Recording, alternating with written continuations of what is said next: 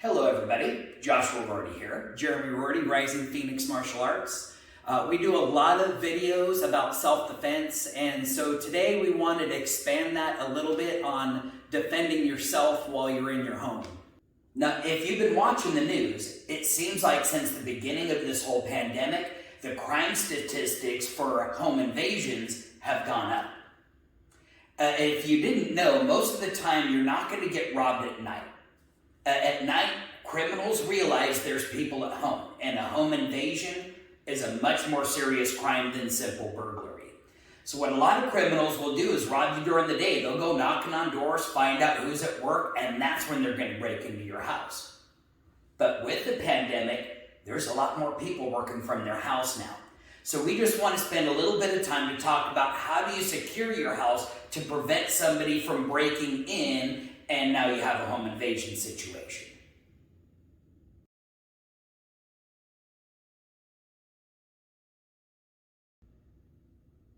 Probably the best way to secure your home is through an advanced home security system.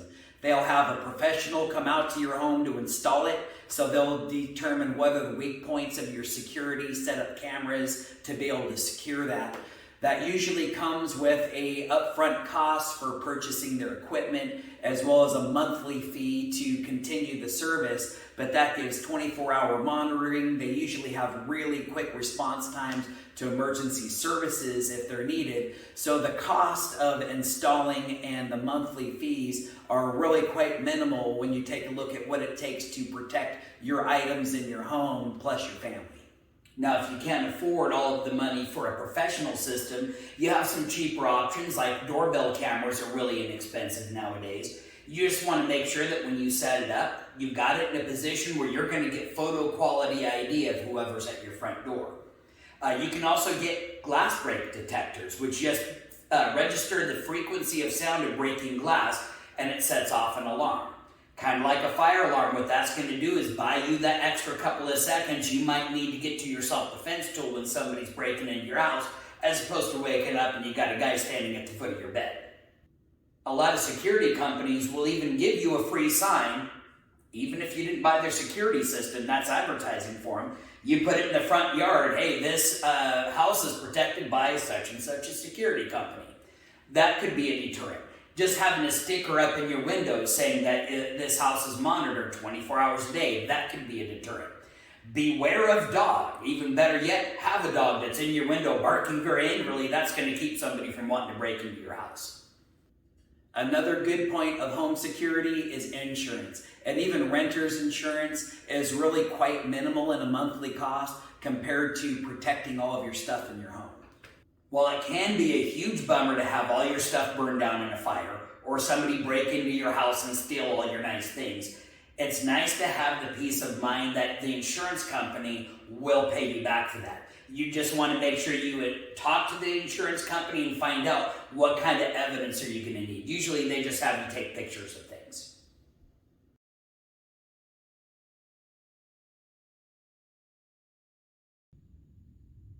The next level of security would be the entrances into your home, primarily the front door.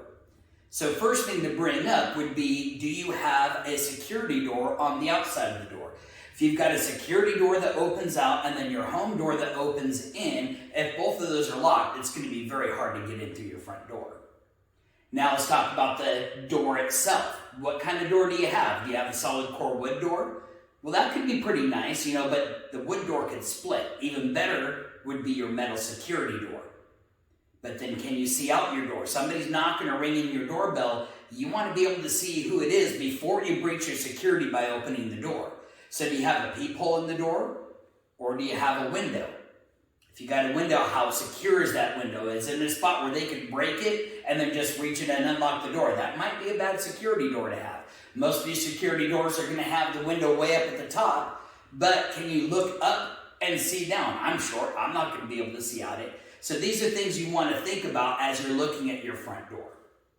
If your door itself is strong, the next weak point is going to be in the strike plate and the hinges. Especially if it came from the factory, they use these short little screws because it saves them costs. So it's not really a big cost to us if we go and get a 3.5-inch screw and replace all those. They also make these metal plates that you can stick in the door jambs that cover the strike plate and the hinges that can make that door jamb even stronger. It's a good idea to make those adjustments to all the entry doors of your house. If you have a door that leads from your house to your garage, if you have a man door in your garage, just make sure all those are secure. But then as well, if you have a safe room that you're going to use in your house, you want to take those precautions on that door. And we'll talk more about that in a little bit. Yeah, keeping in mind that your bedroom door is probably a hollow core door. It's not too hard to break into that with an axe, like here's Johnny. The other entry points we wanted to talk about was windows and sliding glass doors. Glass obviously much easier to break through than a solid door.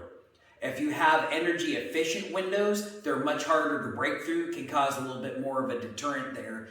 If you don't have energy efficient windows, you might think about doing that because you can actually get a tax rebate for making your home more energy efficient. Another option that a lot of people will look at is bars on the window. Well, you might want to think, depending on how those bars are installed, that could prevent you from getting out in case of a fire. You don't want it to prevent egress. So now on the other hand, you could get security film that goes on the outside of the window so that when the window breaks, it stays together and makes it again harder to get through. When you have windows and sliding glass doors that are on a track, you can add an extra security to the lock by putting a dowel in the window. So that way, if they bypass the lock on the window or if they know how to shim that window out, that dowel can help prevent that. The other thing to recognize about windows is at nighttime, if you have lights on inside, it's very difficult to see out those windows, but very easy to see inside those windows. And you can counteract that by having lights on outside, but if they're outside that light radius, they can still see in your house and you wouldn't be able to see them. So a good thing is when it's nighttime, you have your lights on, go ahead and just draw your shades and then they won't be able to see in the house what valuables you have, what people are there, etc.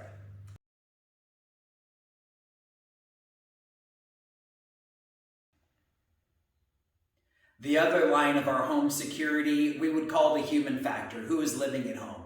For myself, it's just me and my wife, but we have to keep each other in check. If somebody opens a window and forgets that it's open, we should have a security protocol when we're going to bed or when we're leaving the house that we systematically check the windows and doors and make sure they're secured. The other human factor you have to think about is simply answering the door.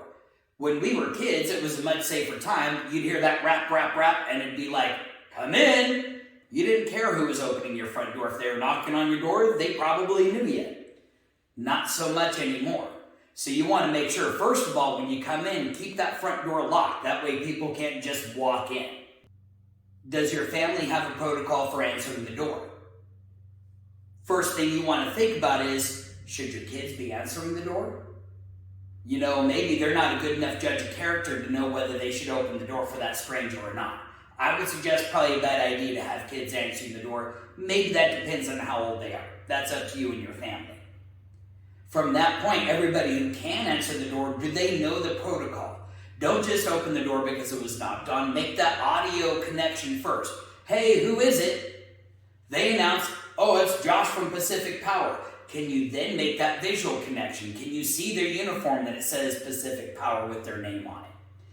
If they're standing with their back to the door where you can't see their uniform, maybe that should raise a red flag in your head. Just because they're carrying a clipboard does not mean they're a professional. If you're a little iffy on it, you weren't expecting them, you can tell them, hey, wait, I'm going to call Pacific Power, make sure they sent somebody.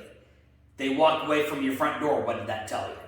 Otherwise, if they hang out and you make that connection and Pacific Power says, yeah, we sent somebody out because there's a problem with your meter. Perfect, now you know you can trust that person. But you want to make sure that you've made that audio and visual connection first before you even think about removing the security locks on your door. The other human factor to think about is your neighbors. Get to know your neighbors.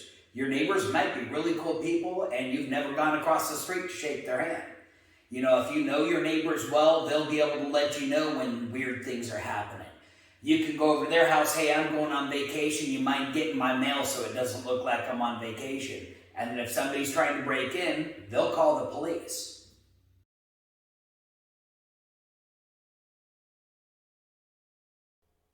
The next level of security will be your escape plan. Let's take a look at a typical fire escape plan as an example. Escaping a home invader won't be that much different than escaping a fire. This one is pretty well drawn out. You'll notice that from pretty much any room, there is a dashed line that leads you to a safe meeting place. One thing to note is that this floor plan is for a single-story house. If there are multiple levels to the home, you're going to want to come up with alternative escape plans. If you've got a room in the basement, can they escape directly from the basement, or do they have to go through the house? If they're on an upper floor, can they escape off the roof once they've left the window? Let's start off looking at the living room. According to this plan, if there's a fire in the house, there are two clear exit points, either the front door or the back door. On the other hand, if you have a home invader coming in through the front door, if you have to stop at the back door and open it, you're probably going to be in trouble. You'll notice that on this map, there is an alternative route that leads down the hallway to the bedrooms. Taking that route would break the line of sight of the bad guy, buying you more time to get to safety. The advantage of retreating down the hallway is that it creates an effect called a bottleneck. If multiple people were breaking in through the front and the back door, they would all have to line up in one line of sight, giving you an easier time to defend and making it more difficult for them to surround you. In the case of this plan, it leads you down the hallway past the utility room and the bathroom. It's probably doing that because a lot of utility rooms and bathrooms don't have windows big enough to climb out of. They may not even open altogether. So check in your house, find out if those might be an escape option for you. Now, as you're leading into the bedrooms, you're going to notice this one has you go out one bedroom in particular and out into the backyard. In the case of the fire, that could be a good option. You'll see that it leads from the backyard around to the front yard. If you have a home invasion, is the backyard going to be a viable escape plan? Can you easily get out to the front yard from there? One of the escape routes you'll see in the backyard leads you right in front of the windows of the living room. Is that going to be a good escape option, or is that going to make you a target? You'll notice the office has a window that leads out to the side of the house. My question here would be, does that lead into the front yard, or does that lead in the backyard? You might not want to go to the front yard if that's where the bad guy's at. Same thing with the top two bedrooms. They have windows that lead out to the front. They might need to be prepared to exit through their room to the back bedroom and lead through the backyard. Now, in this particular example, you'll notice they have the rendezvous point across the street. Again, if you've got an assailant in your front yard, going out in the front and across the street might not be the best idea. How well do you know your neighbors? If you needed to climb over the fence, would they help you? The final point to make would be a safe room.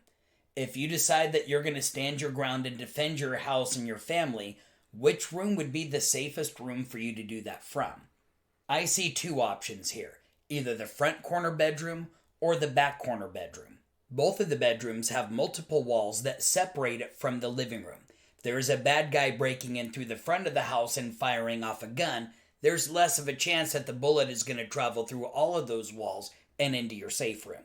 The back corner bedroom has the advantage of, as you look out the door, you can see clear down the hallway and into the living room, giving you a clear line of sight to be able to defend from. The top corner bedroom has the advantage of the perpetrator would have to get down the hallway and around the corner before they got to you. You might pick one of these two to be your safe room. You might decide that both are a safe room and have alternative plans for which one you use. Whichever room you decide to make as a safe room, make sure you reinforce the door. Get a solid core door and the same reinforcements you did with your front door. You might even make the same modifications to the door of the closet to that safe room. The extra level of security will slow down the bad guys, giving more time for the good guys to show up. Once you have your safe room established, make sure it's supplied with the things you need, like self-defense tools.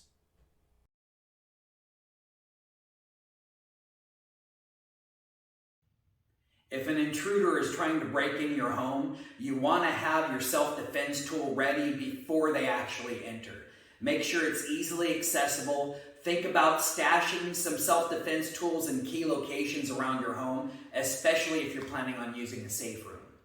Then also keep in mind anything can be a self-defense tool. You don't want it to be obvious if that's what you're going to use it for. Check it out. We did a video on how to use improvised weapons.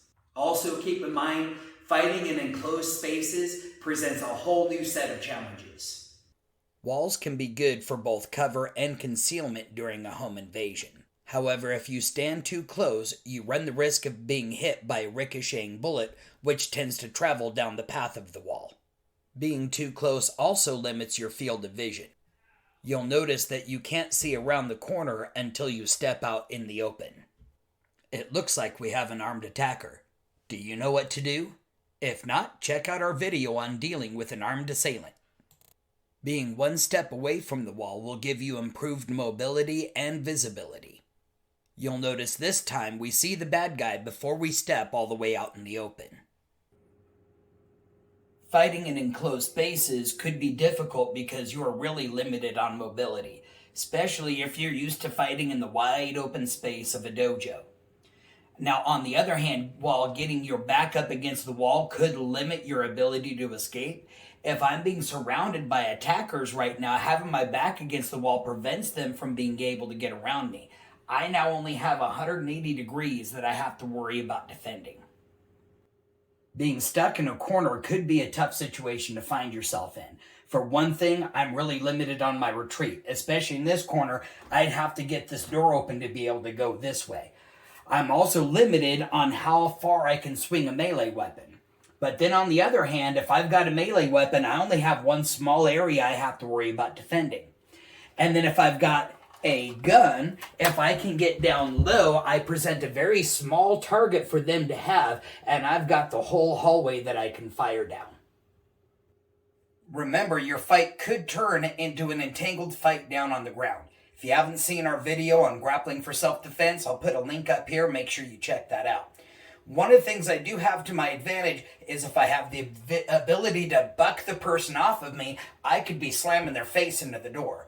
But if I'm trying to roll, I'm trapped on one side. I still have one side where if I can trap an arm and a leg, I've got free space over here that I can roll them to. I'd recommend go around your house and think about what kind of situations and positions might you be in the case of a home invasion. Laying on a couch is one of them. Problem is, if I was laying here taking a nap and all of a sudden somebody's on top of me, I'm going to have some issues with my grappling. First of all, I can't just shrimp this way. I've got the couch in the way. I can't roll the person this way because I've got the back of the couch. If they're sitting on top of me, I might even have a hard time trying to buck them off because there's so much give to this couch. It's a pretty soft couch.